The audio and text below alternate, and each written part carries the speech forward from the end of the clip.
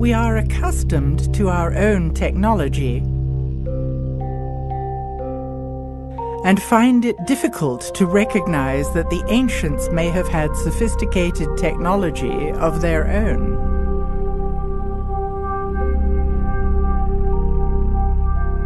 Since the technology of the ancients is not obvious to us, are we looking in the wrong place?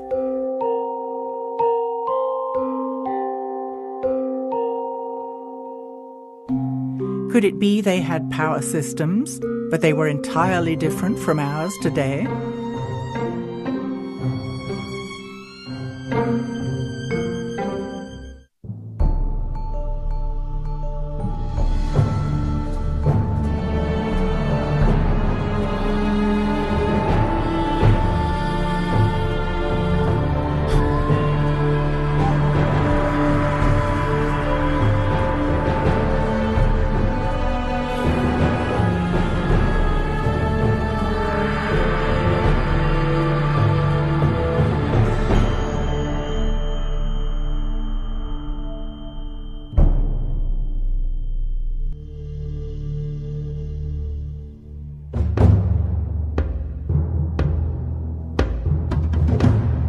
Looking at the architecture of structures from ancient Egypt stimulates a sense of wonder.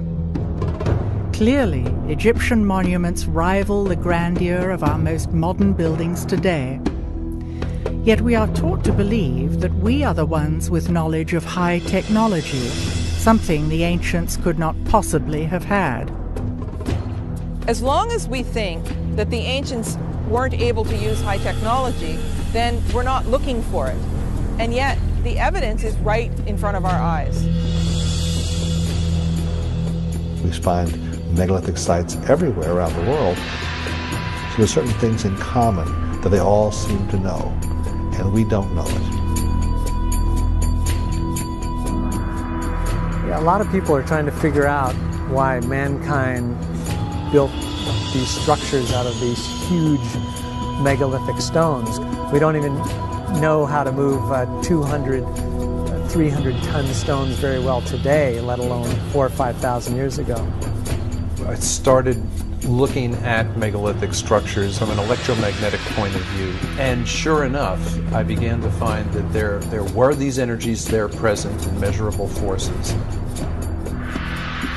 Strange things happen sometimes in sacred sites, and those are clues that the physics that we're taught in school is not everything. For thousands of years, the pyramids and the Sphinx stood as sentinels on the open desert.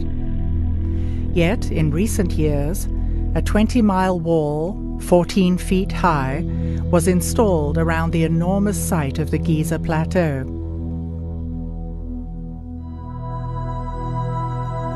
There are about 100 armed guards patrolling the pyramids at night. Applications for investigative academic research, while entertained initially, are almost all routinely refused. Unlike in times past, tourists are now being restricted from taking photographs in the Egyptian Museum.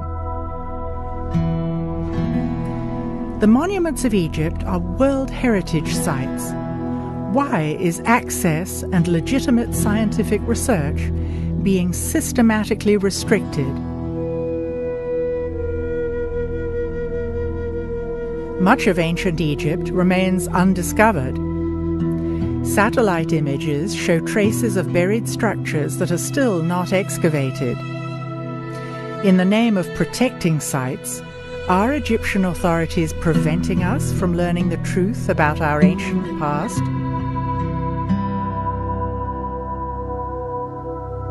Despite strict regulations on what kind of research is allowed, there is still an extraordinary amount of evidence that shows that the ancient Egyptians had knowledge that has been lost.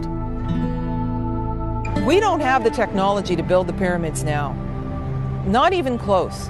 We're not the most evolved we've ever been.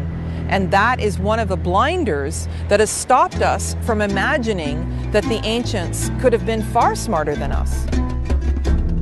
Hakim Awian was raised by indigenous elders who lived in the area of the Band of Peace. Having preserved the ancient Suf language, stories were passed down generation after generation. Fragments of knowledge from the ancient past were thus preserved.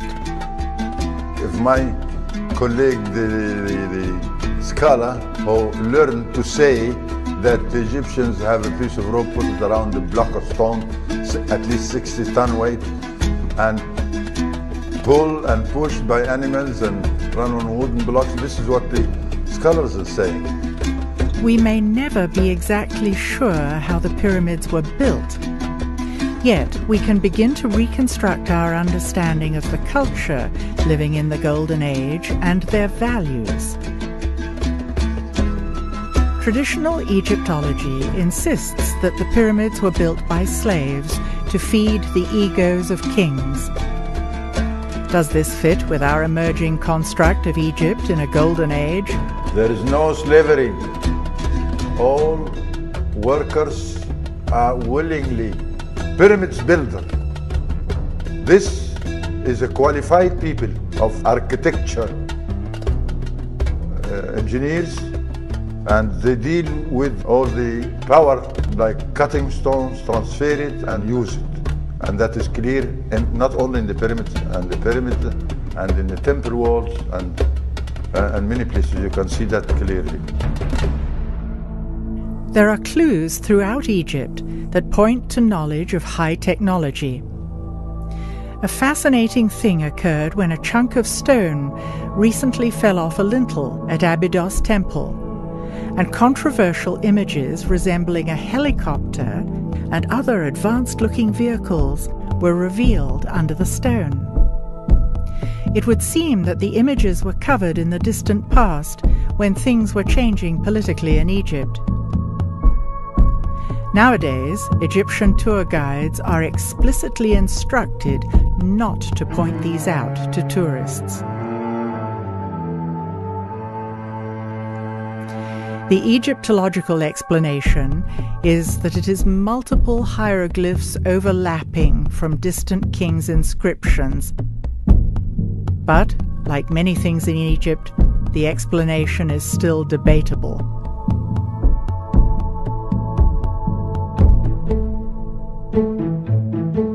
Another controversial object that Egyptologists merely deem impossible is the artifact commonly known as the Baghdad battery that generates a mild electrical charge.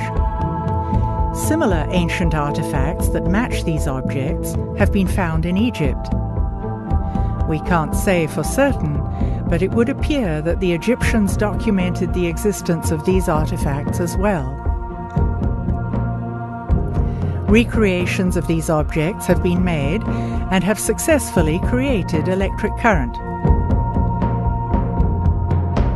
Also noteworthy are strange representations of objects that resemble light bulbs, found in the crypts at Dendera.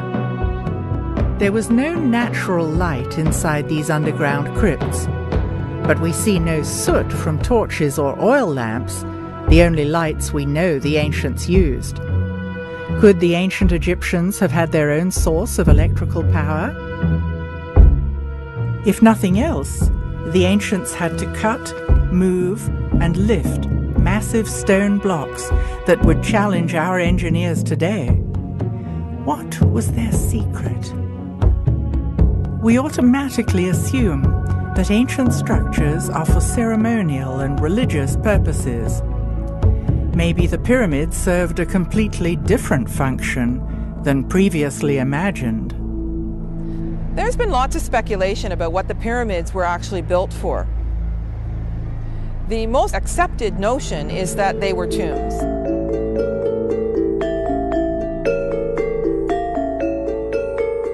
Much more complicated situation with the Great Pyramid than most people understand or most people believe, including a lot of Egyptologists who see it simply as a tomb for the pharaoh Khufu. That idea is childish for the following reason. I mean, it's obvious we don't find mummies in the pyramids. And of course, not finding a single mummy in any of the pyramids doesn't seem to deter the people who think that that's what they were for.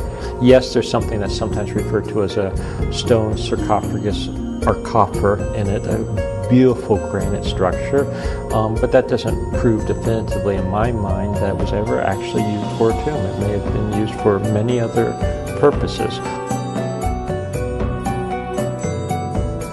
Pyramids were built not as a tomb.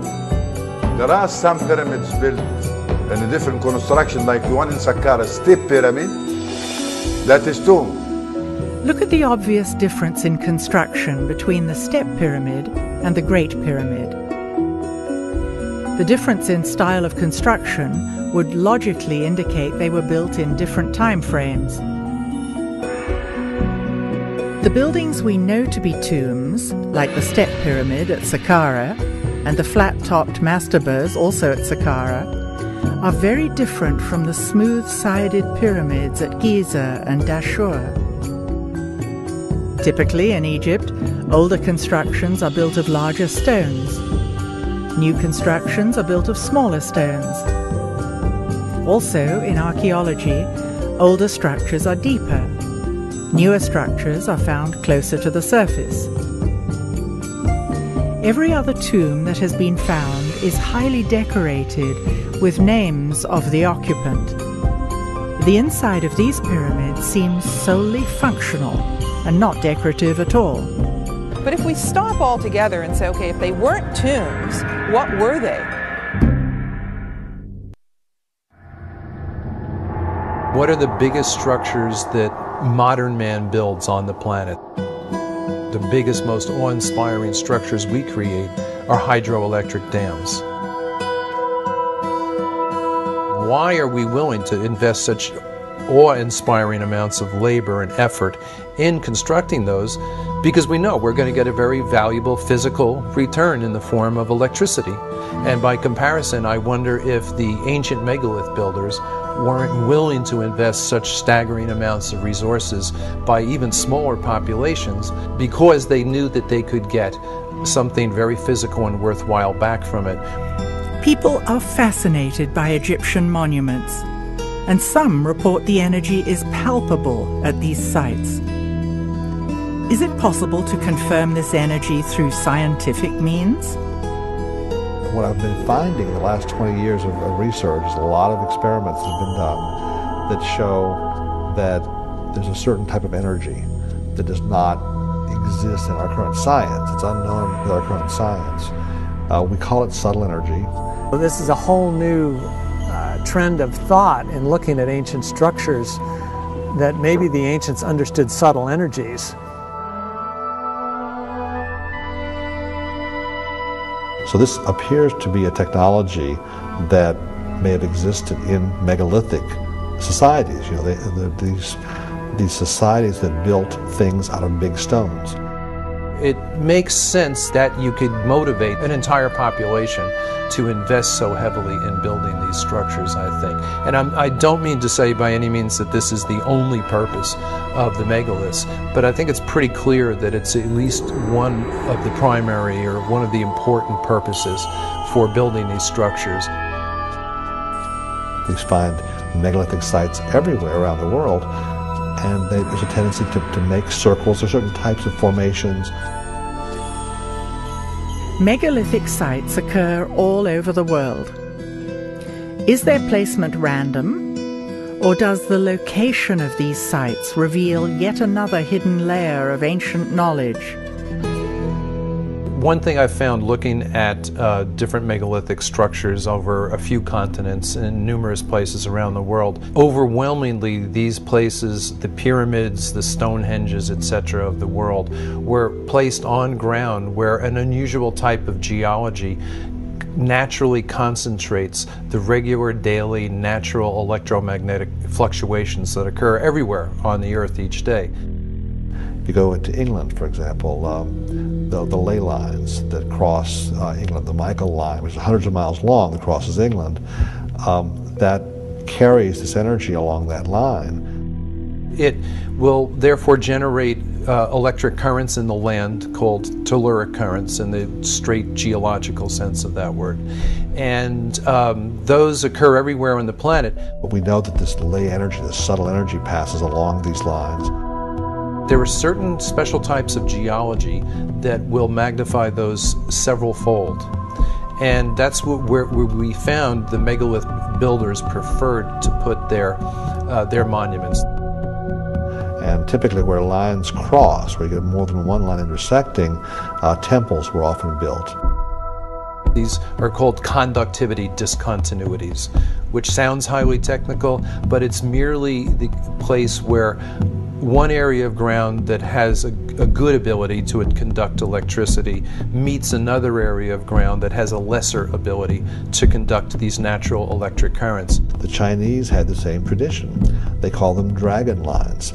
It was illegal for a commoner to be buried on such a line.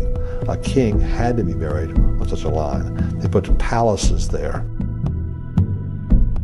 There's a whole series of sacred sites that are always built on lines like this.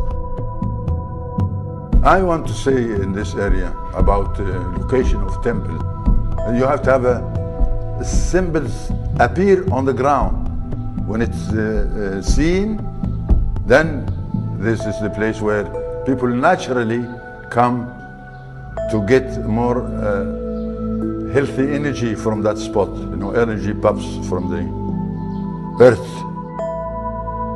And it appears as though they were attempting to control the flow of this energy and use it for their own purposes.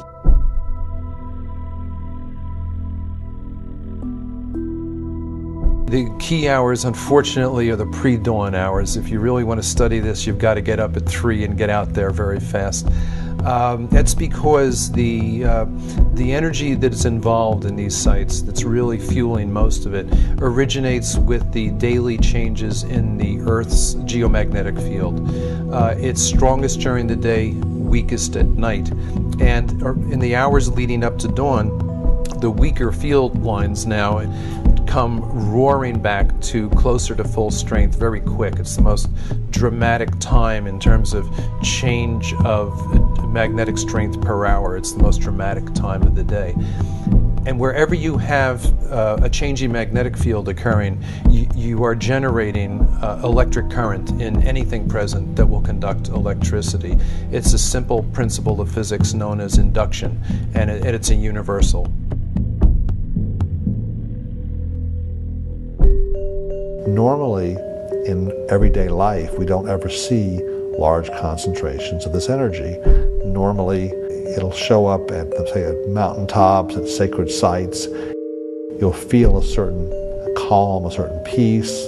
Sometimes people in those places report mystical experiences. They'll see into some other dimension. Okay, they'll see into some other time. The Chinese have known about this for a long time, and they call it qi. The Hindus, in their ancient texts, call it prana, and the yogis, with that maintain a very ancient tradition, use it.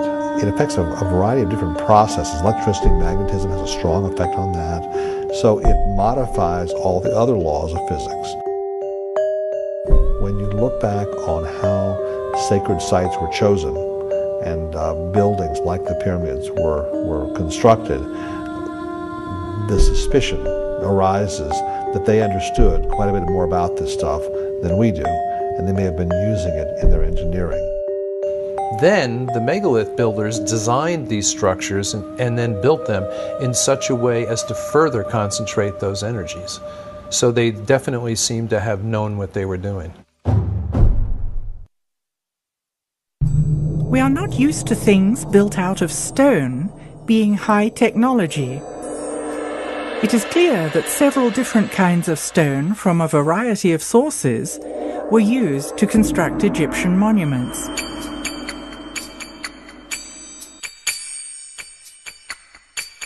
Did the distinct qualities of the stones serve a special purpose? What I do find fascinating is that the core of the pyramids, at least at Giza, are made out of one type of limestone. Now, it is the limestone that was closest, but it also happens to be the type that's called dolomite because it's got a high magnesium content. And because of that metal content, that kind of limestone conducts electricity pretty well.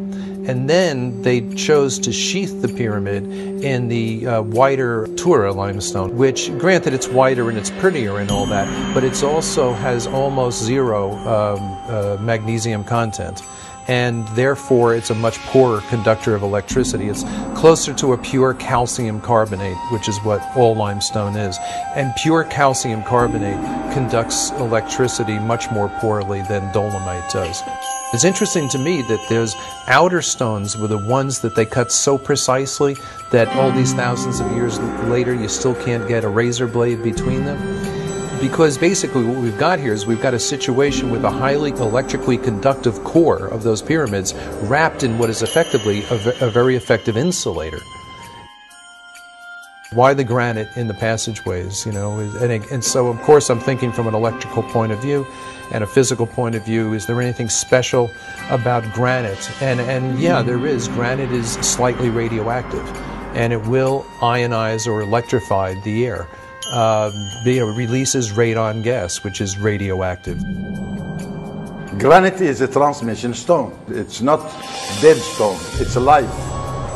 So you have these sealed shafts with granite linings, and I wonder if it wasn't designed to keep an electrical charge present in those shafts. They were built exactly like, if you will, an insulated wire, only more so because you've got all the charge in the ground that's spread across the base, concentrated all the way up into this tiny spot at the top.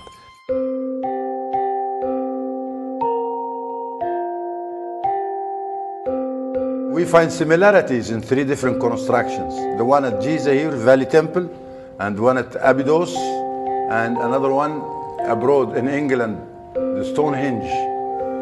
Same material being constructed with, and same way and same technique. But the construction there, it's built in addition to have the water, because it's water bed. It's a huge water bed, and it's still working, still producing water. In Egypt, you do have a similar situation to England in that you have limestone aquifers under the monuments. An aquifer is an underground layer of porous, water-bearing rock. Water flows through the aquifers as rainfall, or when rivers and lakes flood, the water drains into them. And movement of water through limestone or chalk aquifers is known to produce electrical charge by 2 different processes that are self-reinforcing. And I've personally measured this for a week at a stretch at Silbury Hill in England, for example. Before and after thunderstorms, as the water is sinking into the ground, we measured the increase in ground current, the change in the magnetic field as that happened, etc. And in Egypt, you had the Nile crashing, dropping every year and then flooding again. And that movement of water up and down through the layers of limestone would generate electrical charge. Flowing water generates at least a mild electrical charge, which means it generates an electric current, which means it generates a magnetic field as well. So if you were looking to give an electrical charge, a little boost to, say, a mound or something like that, it makes a lot of sense to have it at a minimum running water. And in fact, at Tiwanaku on the south shore of Lake Titicaca, their biggest monument, the Akapana Pyramid, was terraced in such a way as to have the water come down in waterfalls that alternated outside the pyramid, inside the pyramid. But that kind of falling water generates enough electric charge that one of the common school physics experiments is you can, in your own sink at home, if you can divide the stream of water coming out of your faucet into 2 separate streams, you can take a little LED indicator light and put it between the streams, and it'll generate enough electricity that maybe every 20 seconds or so the light bulb will come on. And then the question is, did some of those layers of limestone run up the Giza plateau? And they did. And they did, come up to the surface underneath where some of the pyramids are located. The idea would be that it would be the rising and falling of the Nile that would produce this electric ground current by moving through the different layers of the limestone aquifer. And when there was a dip, say, in that supply, maybe that's when the ionized air in the granite shafts and galleries could help keep the process going, if you will. I tend to wonder if the electrified shafts might not have been able to act in a similar fashion to your car battery when you come to a stoplight. Normally, your battery is not being used when you're driving your car. The alternator provides all the juice. But when you stop and that alternator is turning very weakly, that's when you want the battery there to keep everything going so your engine doesn't cut out.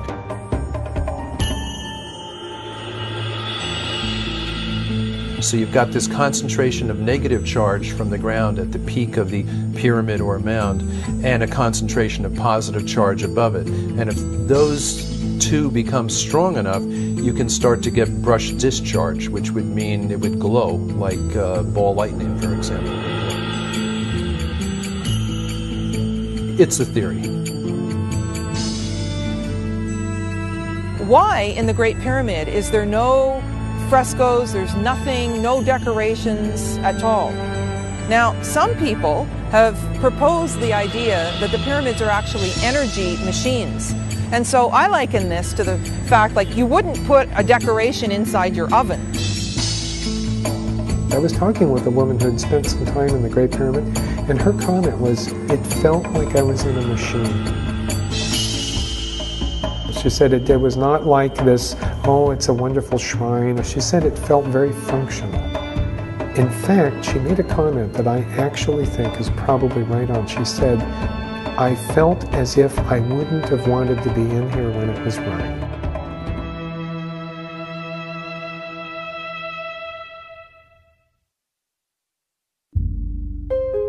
Invisible, subtle energy occurs around us all the time and is measurable by science. We had noticed a lot of people showing us photographs from megalithic sites that disproportionately often seem to have these balls of light in there, usually flash photos. Orbs are often written off as dust or other particles in the air, but that does not change the fact that they seem to occur more often in particular places at particular times. At Tikal, at the top of the most energetic pyramid that we found down there, we took a lot of flash photos during the course of our 8-hour stakeouts, which would run from roughly 3 a.m. till 11 a.m. And on the pyramids that were electrically dead, that had no juice, nothing going on, which were the big fancy ones, but the most recently built ones, we would take photos and find out eventually when they were developed, no orbs, no glowing balls of light. But on the oldest pyramid down there, where we did work and got all kinds of results, that was 1,200 years older than the big fancier ones, in that case, the photography we got back from our own simple flash cameras, they were literally choking the screen with these balls at the period at which the air was highest in electrical charge. And on the strongest day down there, I was recording electrical charge higher than I've recorded even in thunderstorms back home. We don't know what orbs are, but our personal guess is that they're balls of ionized or electrified air that will tend to hang together. A good analogy would be ball lightning, where it's simply so electrified that the molecules are excited enough to glow. Other evidence shows that there is energy occurring naturally everywhere on the planet that our science knows about but seems to ignore. Nikola Tesla sought to provide the world with free wireless electricity for everybody on Earth. He discovered that electricity occurred naturally throughout the Earth's atmosphere and ground. The telluric currents in the ground that John Burke discussed and the electricity present in the ionosphere in the atmosphere, which is ionized by the sun, he also created and developed ways to harness those energies. Tesla, who teach Nikola Tesla to get to that power of electricity? And he didn't invent it, it's already there, but he know how to use it.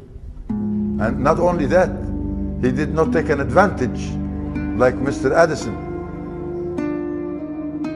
Tesla wanted to harness the natural energy that exists everywhere on Earth and make it free to the public. Edison endeavored to produce and distribute electricity by creating a regulated monopoly for profit. He became rich and the people more light into their home. Yeah, so Nikola Tesla, he's the one think of how to use this energy. Between 1901 and 1917, the Tesla Tower was built on Long Island as a wireless broadcasting system for telephone and electrical signals.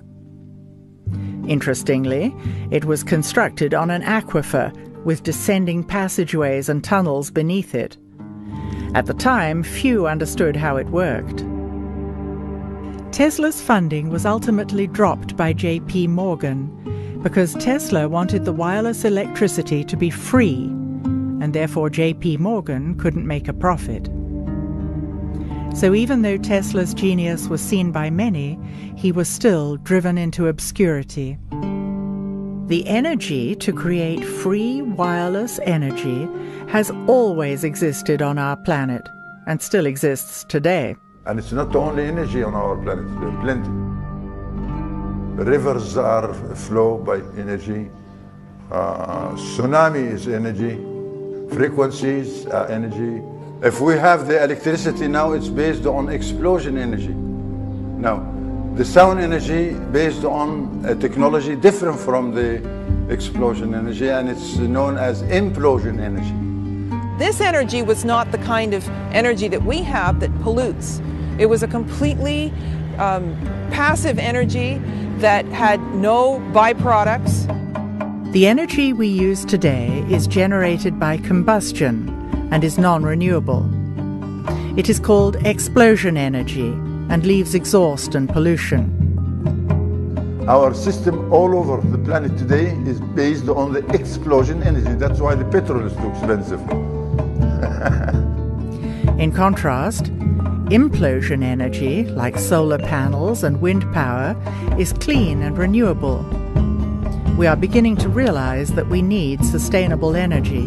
The implosion energy, very simple. All what you need is the beam of the sun on a running water. Not just running in a straight line, but in a zigzag. And that's, you find all the tunnels are in a zigzag form for such a purpose. In addition to the limestone aquifers underneath the pyramids, there is evidence of a network of man-made tunnels. As a boy, when I'm living in my house, which is a few 100 yards away from the nose of what we call the Sphinx, Tefnuti, this was my playing yard, and I know tunnels. I walked in these tunnels, I swim in these tunnels, I crawl in these tunnels, and I know that this is one way of creating energy.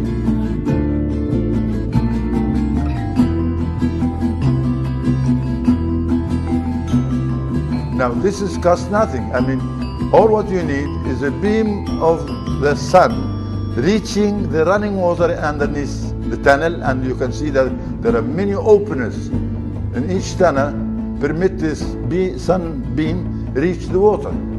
And when it does, then the energy is there. Energy is not just to run your car, or it's run the people, feed the people.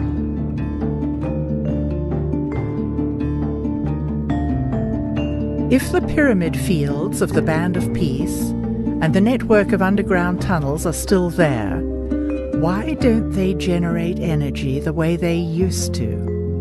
In the condition of the pyramids now, stripped of those smooth insulating outer casings, it's going to leak electrical air about as well as a car radiator radiates heat. I mean, it's almost perfectly designed to weaken that, and yet still you get these reports of people like Siemens, who was one of the pioneers of electricity, and he was an Englishman. There's even a unit of electrical, I believe, resistance named after him called the Siemens. He was on top of the Great Pyramid, I think, during the 1880s, and they began to notice that when his Arab guides stood up and spread his fingers, they'd hear a ringing. And when he closed them, you wouldn't. And he stood up, and he could sense the literal electricity in the air. And on the spot, he improvised an instant Leyden jar, which is one of the earliest things they used to use to store electric charge. And he did it by opening a wine bottle, wetting some newspaper, wrapping the wet newspaper around the glass wine bottle, and holding the wine bottle up above his head until sparks started to issue from the wine bottle. And at that point, his Arab guides started accusing him of things like witchcraft. They got into a physical struggle, and he accidentally touched one of the guides with the charged wine bottle, and it knocked the man to the ground and unconscious for a short period, after which they took off down the pyramid. But there was, in other words, a professional scientist familiar with electricity in its rudimentary but accurate forms, sensing exactly that, even in this ruined condition that the pyramid's in today. Yeah.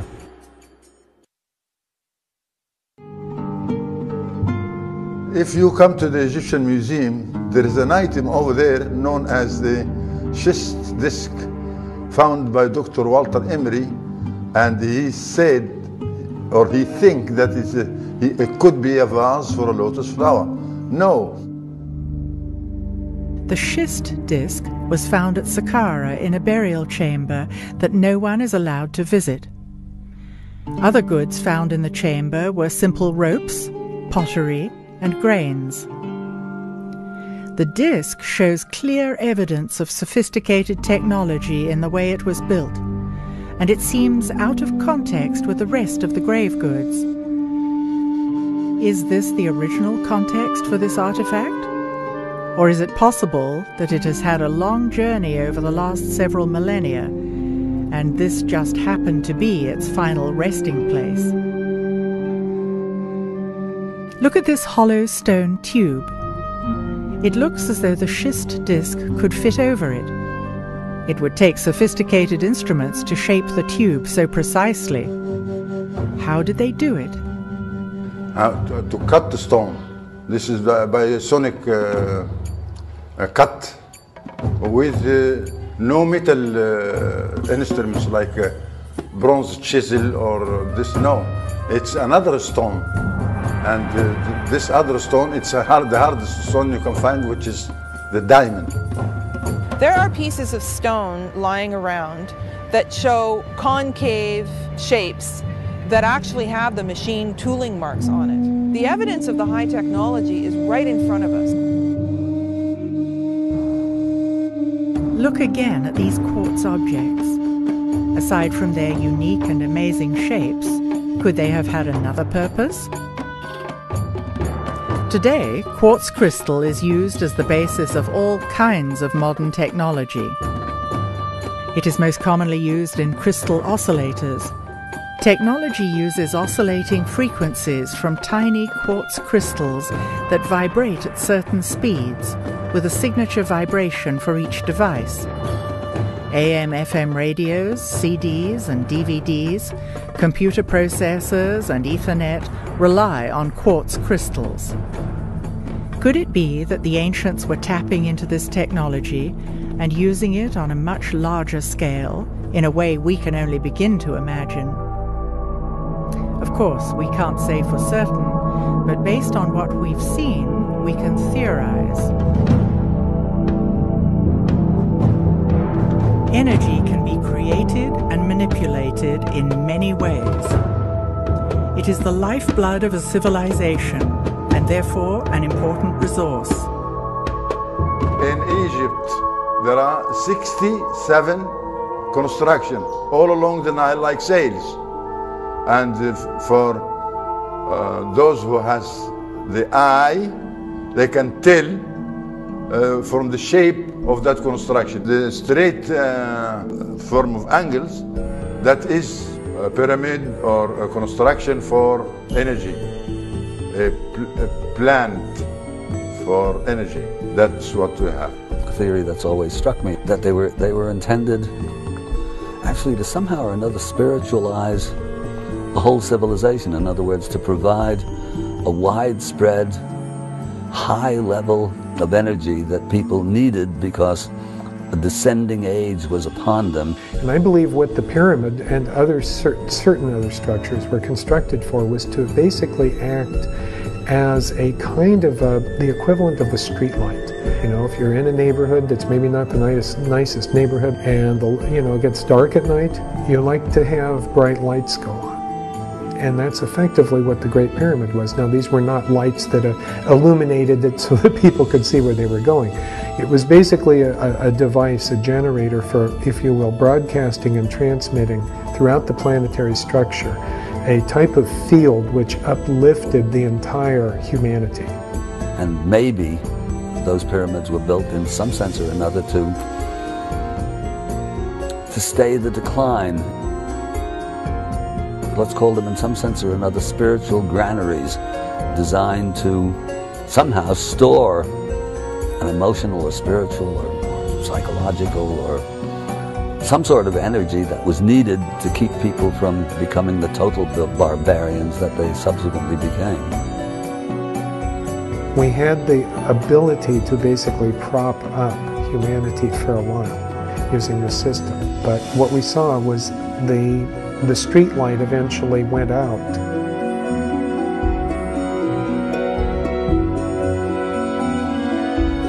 The original knowledge got lost, and the later builders were building them out of ego. They were monuments to the king, if you will, but they were no longer engines that could help feed their people.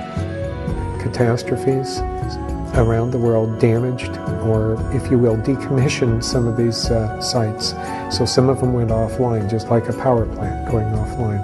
I tend to wonder if the few people who knew the secrets to the energy connection with those pyramids didn't die off. If it was a thin chain of, for example, a shaman to his apprentice, and if the wrong people get killed at the right time, that chain is broken, that knowledge gets lost. As long as we think we are more advanced than we've ever been, we are blind to technology based on subtle energies. It's not fair also. It's not fair to deny what you can see and touch by your own hand. This is all needed, a technique, and we have that technique still. But nobody wants to listen.